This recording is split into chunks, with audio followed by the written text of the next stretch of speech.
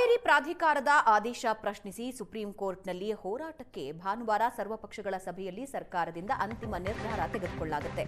ತಮಿಳುನಾಡಿಗೆ ಕಾವೇರಿ ನೀರು ಹರಿಸದೇ ಇರೋದಕ್ಕೆ ರಾಜ್ಯ ಸರ್ಕಾರ ನಿರ್ಧಾರ ತೆಗೆದುಕೊಂಡಿದೆ. ಕಾವೇರಿ ಪ್ರಾಧಿಕಾರದ ಆದೇಶ ಪಾಲಿಸದೇ ಇರೋದಕ್ಕೆ ರಾಜ್ಯ ಸರ್ಕಾರ ನಿರ್ಧಾರ ತೆಗೆದುಕೊಂಡಿದ್ದು ಸರ್ವಪಕ್ಷ ಸಭೆ ನಂತರ ಅಧಿಕೃತ ನಿಲುವು ಪ್ರಕಟಿಸುತ್ತೆ.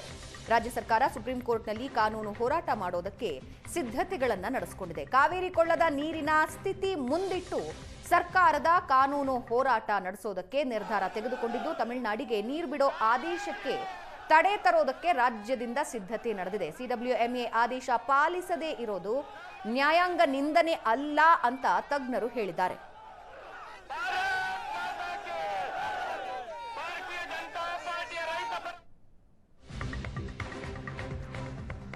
ಕಾವೇರಿ ಪ್ರಾಧಿಕಾರದ ಆದೇಶ ಪಾಲಿಸದಿದ್ರೆ ನ್ಯಾಯಾಂಗ ನಿಂದನೆ ಆಗಲ್ಲ. ಸುಪ್ರೀಂ ಕೋರ್ಟ್ಗೆ ಅರ್ಜಿ ಸಲ್ಲಿಸೋದಕ್ಕೆ ಕರ್ನಾಟಕಕ್ಕೆ ಅವಕಾಶ ಇದೆ. ಕಾನೂನು ಹೋರಾಟದ ತಂಡದಲ್ಲಿದ್ದ ಹಿರಿಯ ವಕೀಲ ಆರ್.ಎಸ್. ರವಿ ಈ ಹೇಳಿಕೆ ಕೊಟ್ಟಿದ್ದಾರೆ. ನ್ಯಾಯಾಂಗ ನಿಂದನೆ ಆಗೋದಿಲ್ಲ ಅಂತ.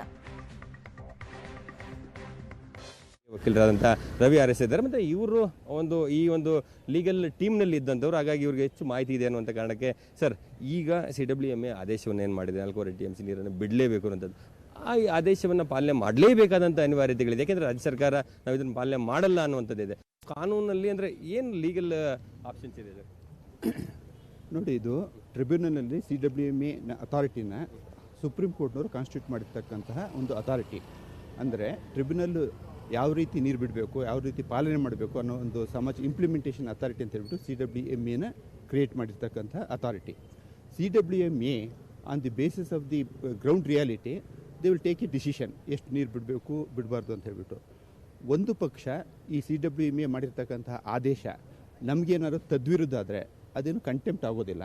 ಅದ್ರ ಬದಲು ಕರ್ನಾಟಕ ಏನಾದರೂ ಈ ನೀರು ಬಿಡಬೇಕು ಅನ್ನತಕ್ಕಂಥ ಆದೇಶ ನಮಗೆ ತೊಂದರೆ ಆಗಿದೆ ಅಂತ ಒಂದು ಸಂದರ್ಭ ಬಂದರೆ ಕರ್ನಾಟಕ ಬೇಕಾದ್ರೆ ಒಂದು ರಿಟ್ ಪಿಟಿಷನ್ ಹಾಕಿ ಸುಪ್ರೀಂ ಕೋರ್ಟ್ನಲ್ಲಿ ಪಾಲನೆ ಮಾಡಲಿಕ್ಕೆ ಆಗೋದಿಲ್ಲ ಅಂತ ಹೇಳ್ಬಿಟ್ಟು ಕೇಳ್ಬೋದು. ಅದೇ ರೀತಿ ತಮಿಳುನಾಡು ಸಹ ಈ ಸಿಡಬ್ಲ್ಯೂಎಂಎ ಏನು ಆದೇಶ ಮಾಡಿದೆ ಅದನ್ನು ಇಂಪ್ಲಿಮೆಂಟೇಷನ್ ಮಾಡಬೇಕು ಅಂತ ಹೇಳ್ಬಿಟ್ಟು ಬೇಕಾದರೆ ಅವರು ಸುಪ್ರೀಂ ಕೋರ್ಟ್ಗೆ ಹೋಗ್ಬೋದು. ಆದರೆ ಸಿಡಬ್ಲ್ಯೂಎಂಎ ಮಾಡಿರ್ತಕ್ಕಂಥ ಆದೇಶನ ನಮ್ಮ ಕರ್ನಾಟಕ ಆಗಲಿ ಅಥವಾ ತಮಿಳುನಾಡು ಉಲ್ಲಂಘನೆ ಮಾಡಿದ ಪಕ್ಷದಲ್ಲಿ ಅದನ್ನು ಕಂಟೆಂಪ್ಟ್ ಏನು ಆಗೋದಿಲ್ಲ.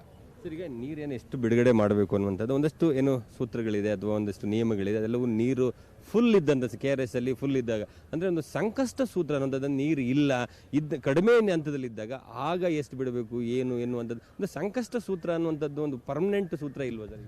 ನೋಡಿ, ಇದು ಪ್ರಪೋರ್ಷನೇಟ್. ಈಗ ಒಂದು ವೇಳೆ ಇನ್ಫ್ಲೋ, ಈ ಕಾವೇರಿ ಜಲಾನಯನಕ್ಕೆ ಇನ್ಫ್ಲೋ ಕಡಿಮೆ ಆದರೆ ಪ್ರಪೋರ್ಷನೇಟಾಗಿ ಬಿಡಬೇಕು ಅಂತ ಹೇಳಿದ್ದಾರೆ.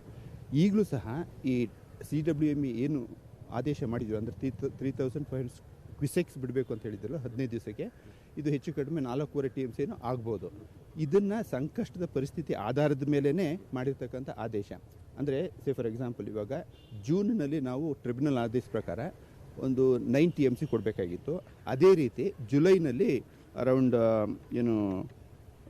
31 TMC ಕೊಡಬೇಕಾಗಿತ್ತು. ಇದನ್ನು ಆ ರೀತಿ ಕೊಡ್ದೇ ಈ ವರ್ಷ ಇನ್ಫ್ಲೋ ತುಂಬ ಕಡಿಮೆ ಆಗಿರೋದ್ರಿಂದ 3500 ಕ್ವಿಸೆಕ್ಸ್ ನೀರು ಬಿಡಬೇಕು ಅಂತ ಹೇಳಿದ್ದಾರೆ. ಅದರರ್ಥ ಪ್ರಪೋರ್ಷನೇಟಾಗೇ ಆದೇಶ ಮಾಡಿರ್ತಕ್ಕಂಥದ್ದು. ಕರ್ನಾಟಕದಲ್ಲಿ ಈ ವರ್ಷ ನಾವು ನೀರಾವರಿಗೆ ನೀರು ಬಿಟ್ಟಿರೋದಿಲ್ಲ.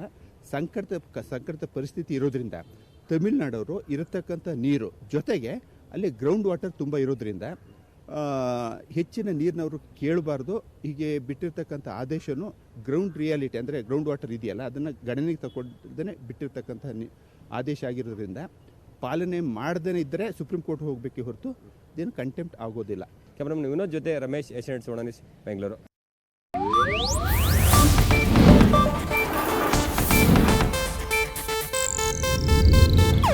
ಇದು ಏಷ್ಯಾನೆಟ್ ನ್ಯೂಸ್ ನೆಟ್ವರ್ಕ್ ಪ್ರಸ್ತುತಿ.